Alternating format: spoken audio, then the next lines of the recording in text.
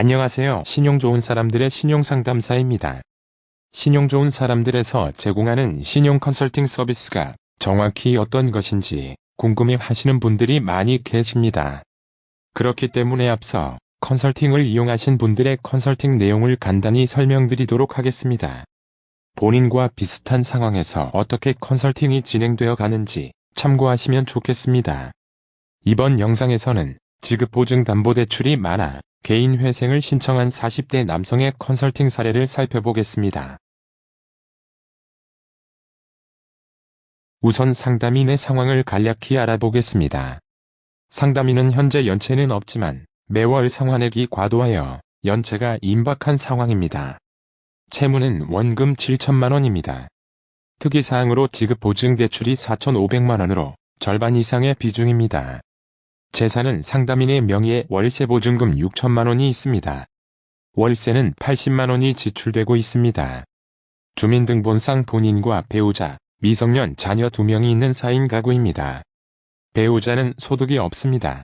소득은 월 400만 원이며 하남에 거주하고 있습니다.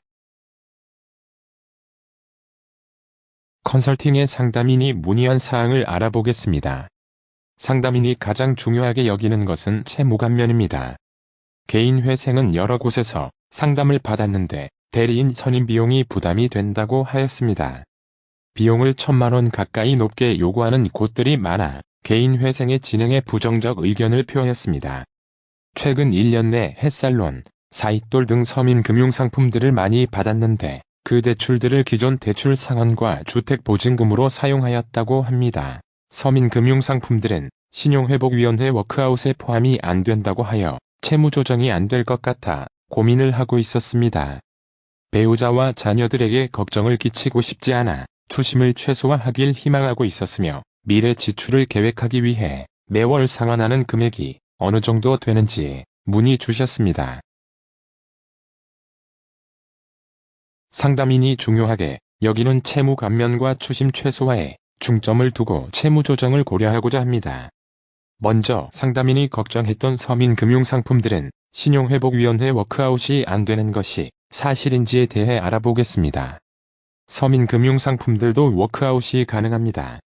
다만 서민금융상품들 중 지급보증담보대출들은 3개월 이상 연체가 되어 보증기관에서 채권사의 채무자 대신 변제를 하는 대위변제가 된 후 포함할 수 있습니다. 지급보증 대출들로는 햇살론유, 사이돌, 근로자 생활안정자금, 비상금 대출, 사업자 대출 등이 있습니다. 단, 새희망호시 대출은 일반 신용대출입니다. 보증기관들이 각 대출마다 다르므로 주의해야 합니다. 상담인에게 개인회생을 우선적으로 추천하였습니다. 워크아웃은 지급보증 대출을 바로 포함할 수 없어 초기부터 모든 채무를 전부 포함하여 채무 조정이 가능한 개인회생을 우선적으로 고려하였습니다. 다만 지급보증 대출들의 추심은 약한 편이기에 신속 채무 조정 또는 프리워크아웃을 우선 신청하고 추후 대위변제가 되면 지급보증 대출들을 추가하는 방법도 있으나 신속 채무 조정 또는 프리워크아웃은 이자도 납부하기에 채무 감면이 거의 안 됩니다.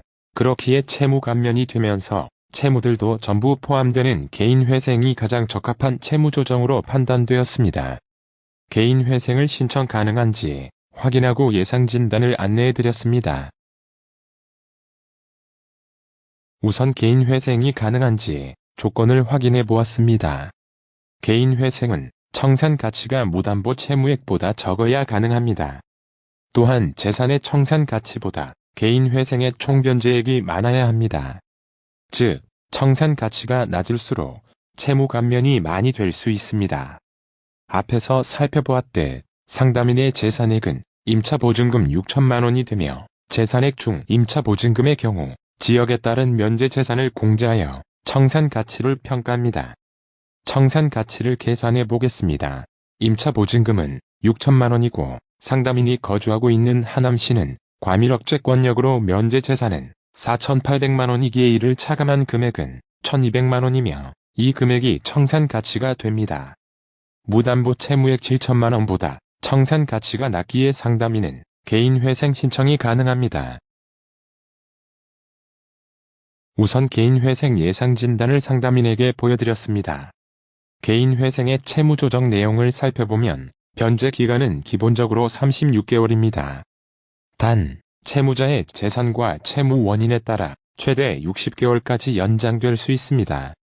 채무 감면은 신청 당시에 채무자의 원리금 총액에서 개인회생 총변제액을 차감하고 남은 채무 잔액을 탕감을 해줍니다. 개인회생 총변제액은 채무자의 소득에서 부양가족에 따른 생계비를 차감한 월 변제액을 산정된 변제기간 동안 변제한 금액을 말합니다. 개인회생은 재산의 청산 가치보다 많이 변제해야 개인회생을 진행하실 수 있습니다. 앞에서 살펴보았듯 1200만 원이 개인회생 청산 가치가 되었습니다. 그리고 상담인은 3인 부양가구로 인정되었습니다. 개인회생에서는 일반적인 경우 소득이 없다고 하더라도 배우자의 피부양은 인정이 안 됩니다. 따라서 미성년 자녀 2명만 부양이 인정되어 3인 부양가족이 됩니다. 월 변제액은 소득 400만 원에서 부양가족 3인 생계비 약 302만 원을 차감한 약 98만 원으로 결정됩니다. 월 변제금 98만 원을 36개월 변제 시 총변제액의 현지 가치는 약 3,329만 원입니다. 총변제액의 현지 가치가 청산 가치보다 적기에 개인회생이 진행이 가능합니다. 36개월간 약 98만 원을 변제하며 총변제액이 약 3,528만 원이고 채무 감면율은 49%입니다. 예상되는 개인회생 채무 감면에 상담인은 매우 만족을 하였습니다.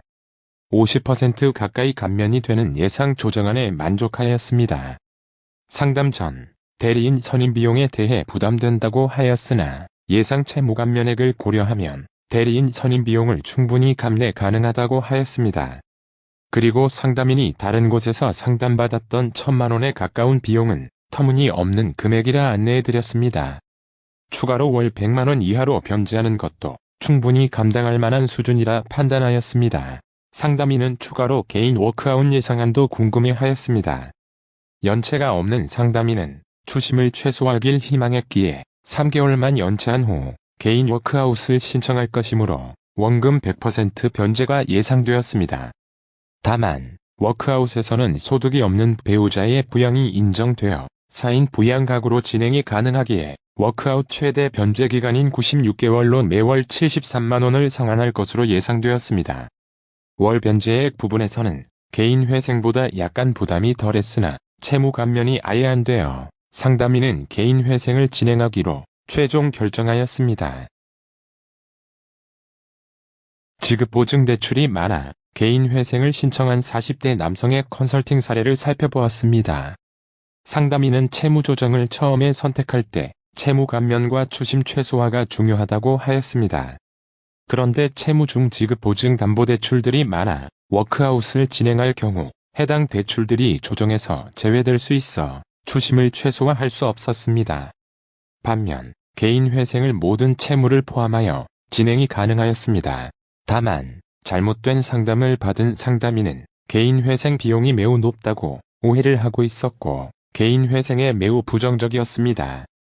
이에 개인회생에 대한 예상안을 보여드리며 비용에 대한 오해를 풀어드려 최종적으로 유리한 개인회생을 진행하시게 되었습니다. 컨설팅이 필요하신 분들은 신청해 주시면 최대한 도움을 드리도록 하겠습니다.